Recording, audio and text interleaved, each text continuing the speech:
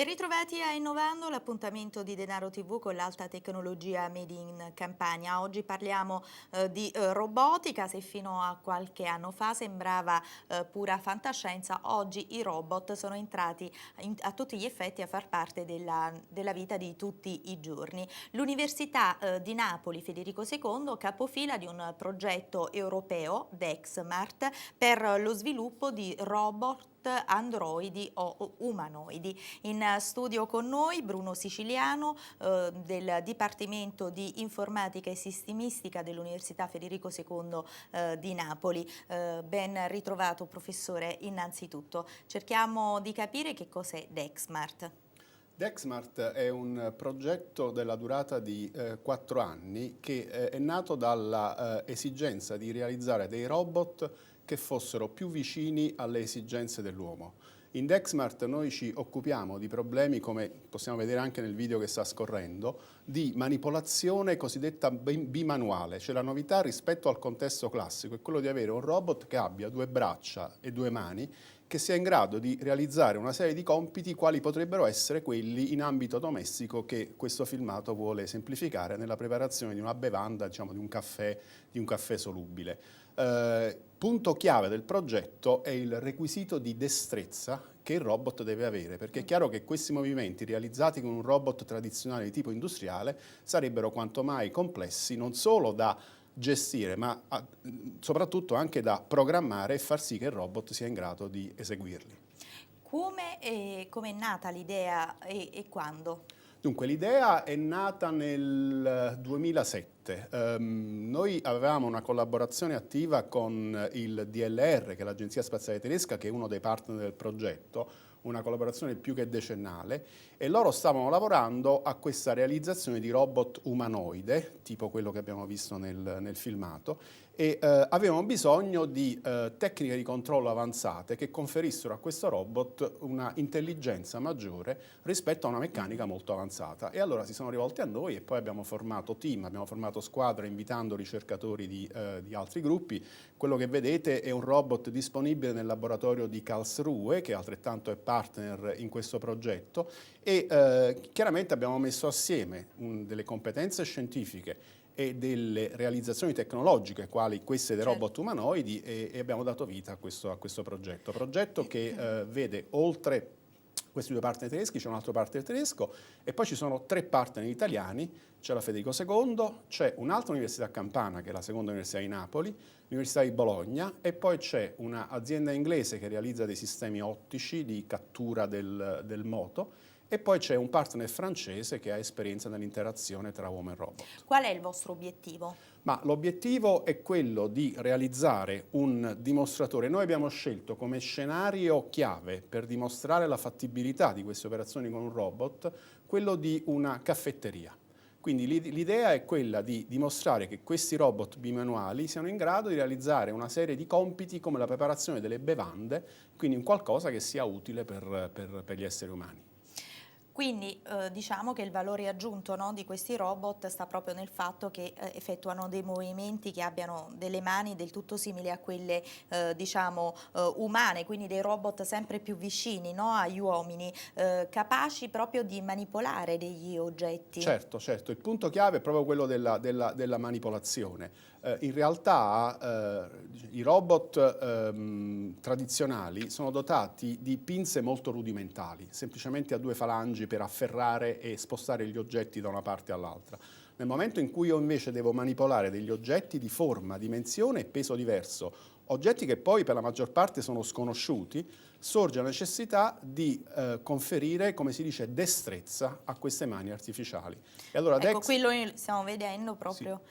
che ci dovrebbe essere poi un altro filmato, prego la regia di mandarlo, quello relativo al movimento proprio delle mani. Sì, senz'altro, c'è quello appunto che mostra la mano artificiale, uno dei prototipi di mano artificiale realizzati, Eccoci. esattamente sì. Questo è uno dei prototipi disponibili presso il laboratorio di robotica dell'Università di Bologna, al quale noi abbiamo contribuito per la parte di attuazione, sensorizzazione e controllo della mano. Ecco, questo vedete come rispetto alla mano che abbiamo visto prima, la mano del manipolatore umanoide tedesco, Qua abbiamo una verosimiglianza maggiore e un senso di, diciamo, in termine tecnico si chiama, è una mano biomimetica, nel senso che va a replicare quelle che sono le funzioni della mano umana e ha sempre più l'aspetto meno di una pinza meccanica ed è sempre più, in questo caso abbiamo, diciamo, le 5 dita, quindi diciamo le 4 dita con il pollice in opposizione, abbiamo anche il palmo della mano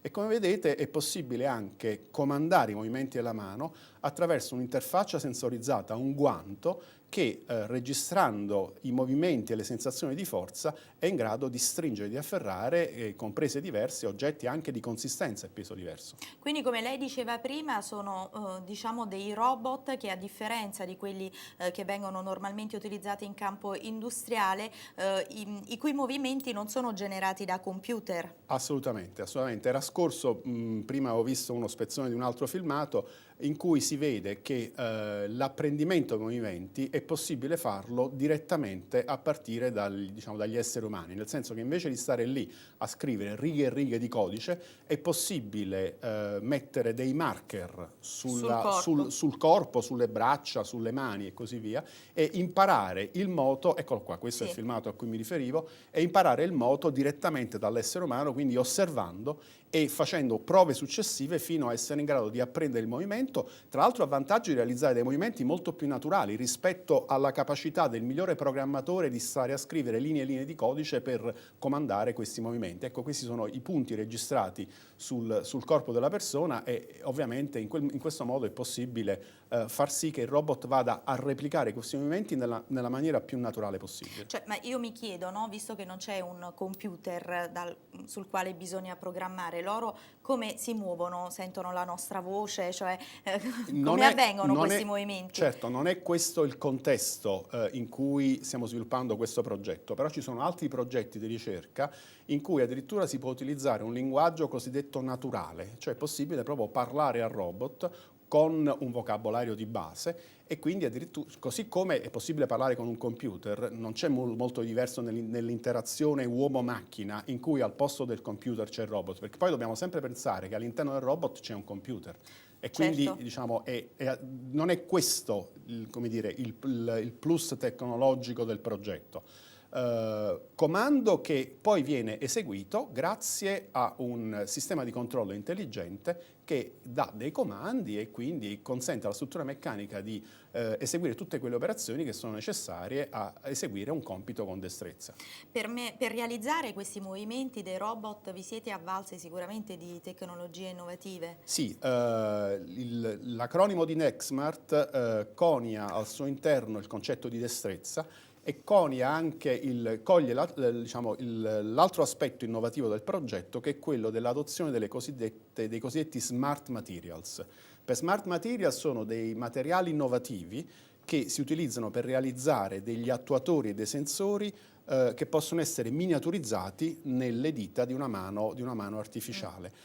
Il vantaggio qual è? È quello di ridurre il peso dei motori, perché realizzare una mano con i motori convenzionali dovrebbe essere molto ingombrante. La stessa mano del prototipo Justin, quello che abbiamo visto scorrere all'inizio dell'Agenzia Spaziale Tedesca, aveva una mano sproporzionata rispetto alla dimensione del braccio, mentre invece questa è una mano che replica uno a uno quella che è la caratteristica biomeccanica della mano umana.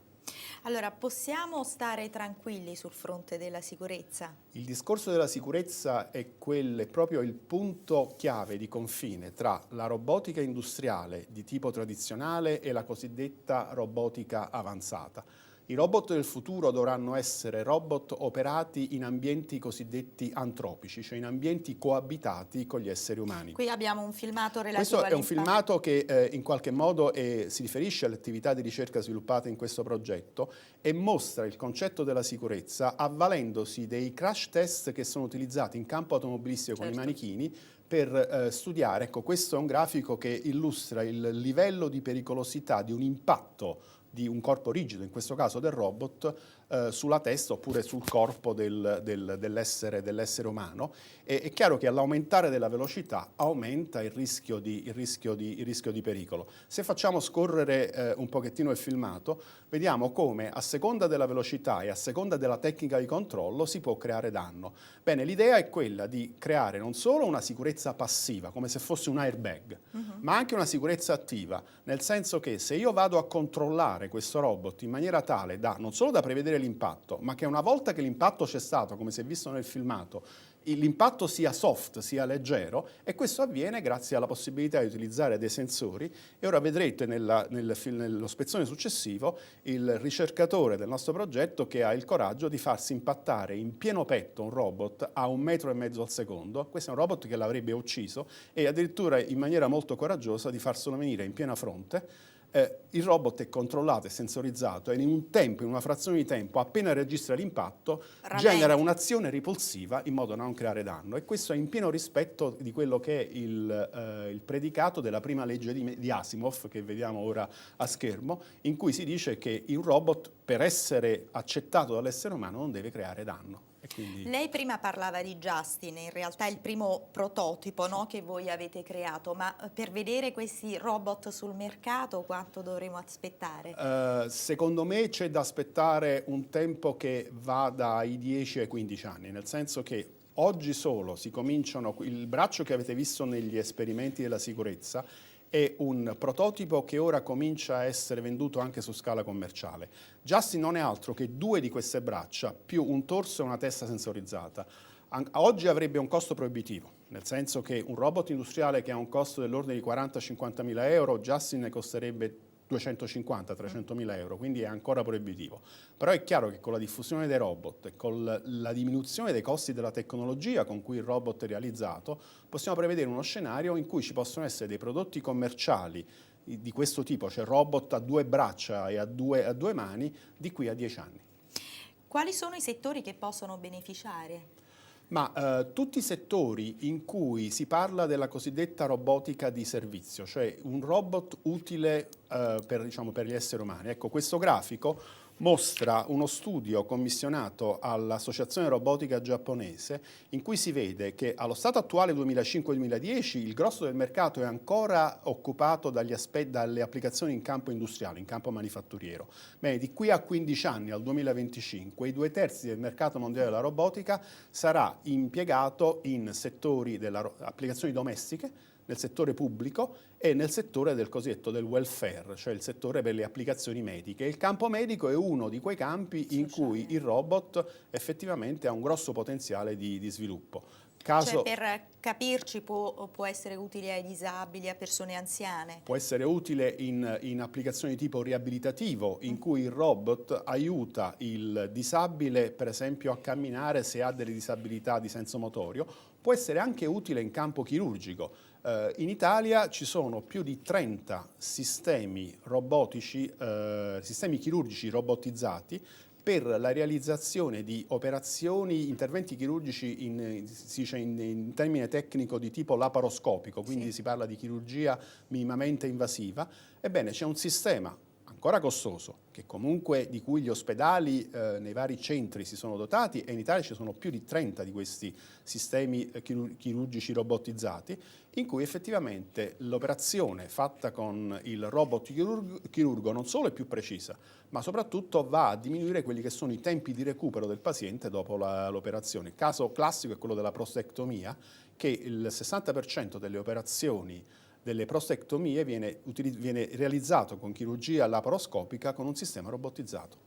Poi torneremo su questo argomento, abbiamo anche un filmato, no, che ci spiega un po' l'utilizzo in campo medico di questi robot. Stiamo parlando quindi di robotica avanzata, robot che movimentano, che manipolano degli oggetti. Questi potrebbero essere utilizzati anche in campo industriale? Cioè, quali risvolti positivi che si può avere in campo industriale? In campo industriale, il robot industriale avanzato, quello moderno, tipicamente il robot nelle applicazioni tradizionali viene segregato, cioè viene operato totalmente in situazioni di sicurezza e c'è una netta separazione tra l'area di lavoro del robot e l'operaio, il tecnico di officina che deve utilizzare il robot. Il robot moderno è un robot che viene impiegato come se fosse un utensile, cioè viene preso per mano dal tecnico di officina, dall'utilizzatore, perché è un robot che è sensorizzato, che sente l'ambiente circostante e come tale è più sicuro. Si tratta di un progetto europeo, quindi finanziato dall'Unione Europea? Sì, è finanziato dall'Unione Europea per un costo complessivo di 8 milioni e 200 mila euro con un finanziamento di 6 milioni e 300 mila euro. Tipicamente il meccanismo di finanziamento è un meccanismo di cofinanziamento, una durata di 4 anni e proprio in questi giorni io sarò a Roma, sarò a Bologna da domenica prossima per la seconda review annuale del progetto, perché ovviamente questi progetti sono sottoposti a review periodica, a revisione periodica ogni anno e c'è un team di esperti internazionali, anche non europei, che verranno a giudicare il lavoro di ricerca svolto in questo secondo anno. Perché è stata scelta la Federico II? Ma io, come studente della Federico II e come docente della Federico II sono un tantino orgoglioso di portare avanti questa ricerca qui a Napoli e qui in Campania. A suo tempo sono stato tentato molte volte di lasciare la mia città, lasciare la mia università. In Federico II c'è un'eccellenza di robotica che riguarda non solo il gruppo che dirigo io, ma c'è un altro gruppo presso il Dipartimento di Scienze Fisiche del professore Burattini che collabora con noi e siamo quotati in campo nazionale e in campo europeo e quindi quando presentiamo, proprio ieri c'era la scadenza di presentazione delle domande dei progetti europei, pensi che il rate di accettazione delle proposte di progetti si aggira intorno al 10%. Bene, se guardo alla statistica delle domande che noi abbiamo sottoposto in questi ultimi 3-4 anni, noi abbiamo un rate di successo superiore al 55-60% e quindi questo vuol dire che facciamo una ricerca valida che viene giudicata da esperti internazionali, quindi c'è anche un metro oggettivo di giudizio. Quanti sono i ricercatori campani coinvolti? Dunque, in Dexmart noi abbiamo un team a Napoli presso il Prisma Lab del Dipartimento di Informatica e Sistemistica di 10 ricercatori. Oltre a me c'è il professore Villani, c'è il professore Lippiello e poi c'è uno stuolo di dottorandi, assegnisti e borsisti che lavorano con noi. Presso la seconda università di Napoli c'è un team di altre 7-8 persone e questo per quanto riguarda Dexmart. Però poi ci sono anche altri progetti europei nei quali siamo impegnati. Noi abbiamo un team di ricerca esteso del gruppo Prisma che conta attualmente sulle 35-40 persone. Dobbiamo andare velocissimi, prima parlavamo dell'utilizzo invece di robot non umanoidi in realtà nel campo, nei diversi settori e in quello medico. Sì. Ci può fare degli esempi? Vediamo anche il filmato. Quello, che il filmato che probabilmente scorrerà tra un attimo riguarda proprio il contesto chirurgico in cui rispetto alla chirurgia di tipo tradizionale il chirurgo ora opera in condizioni di totale rilassatezza, quindi opera dietro una console computerizzata e si avvale di un bisturi di tipo aptico, come se fosse il concetto di un mouse, di un calcolatore, che però dà al chirurgo la sensazione di immersione e quindi dà al chirurgo la possibilità di sentire il tessuto che deve suturare, che deve tagliare e così via, e quindi con un sistema di telecamere ottico e quindi ha un senso di immersione kinestetica, nel senso che vede, sente e opera in condizioni rilassate e quindi è in grado, ovviamente con un team. No, ma dico con risvolti anche sul fronte della sicurezza, no? Naturalmente. Assolutamente, perché c'è un sistema più preciso e tra l'altro il sistema delle protezioni è tale che nel caso in cui ci fosse un errore umano, la macchina interviene e cerca di recuperare quella che potrebbe essere anche semplicemente la stanchezza del chirurgo. Professore, siamo in chiusura, purtroppo le ultime 2 domande: che cosa ci dobbiamo aspettare in futuro? Ma soprattutto molti hanno paura dei robot, hanno paura che questi possano generare disoccupazione, è così? Questo è il luogo comune. Pensiamo a quello che è avvenuto negli anni 70-80 con l'avvento dei calcolatori. Si pensava che il calcolatore sostituisse totalmente la capacità di dover scrivere, di redare di testi, di fare delle operazioni di tipo segretariale. In realtà non è avvenuto. Quello che cambierà presumibilmente è la qualità del lavoro, nel senso che ci sarà sempre meno lavoro manuale è sempre più un lavoro di concetto, quindi d'altronde è l'intera società che si sta trasformando in una società di servizi. Questo grafico illustra quello che è Siamo avvenuto proprio in negli chiusura. ultimi 30-40 anni, in cui dall'onda analogica, quindi i televisori, si è passato all'onda digitale, quello dei calcolatori, poi si è passato all'onda dell'elettronica di consumo. Bene, la scommessa è che di qui ai prossimi 20 anni parta un'onda robotica in cui i robot diventeranno così pervasivi e così ubiqui da essere quasi scontata la loro presenza nell'ambiente, come attualmente è quella dei calcolatori. Ringraziamo Bruno Siciliano del Dipartimento di Informatica e Sistemistica dell'Università Federico II, grazie a voi dell'attenzione e arrivederci.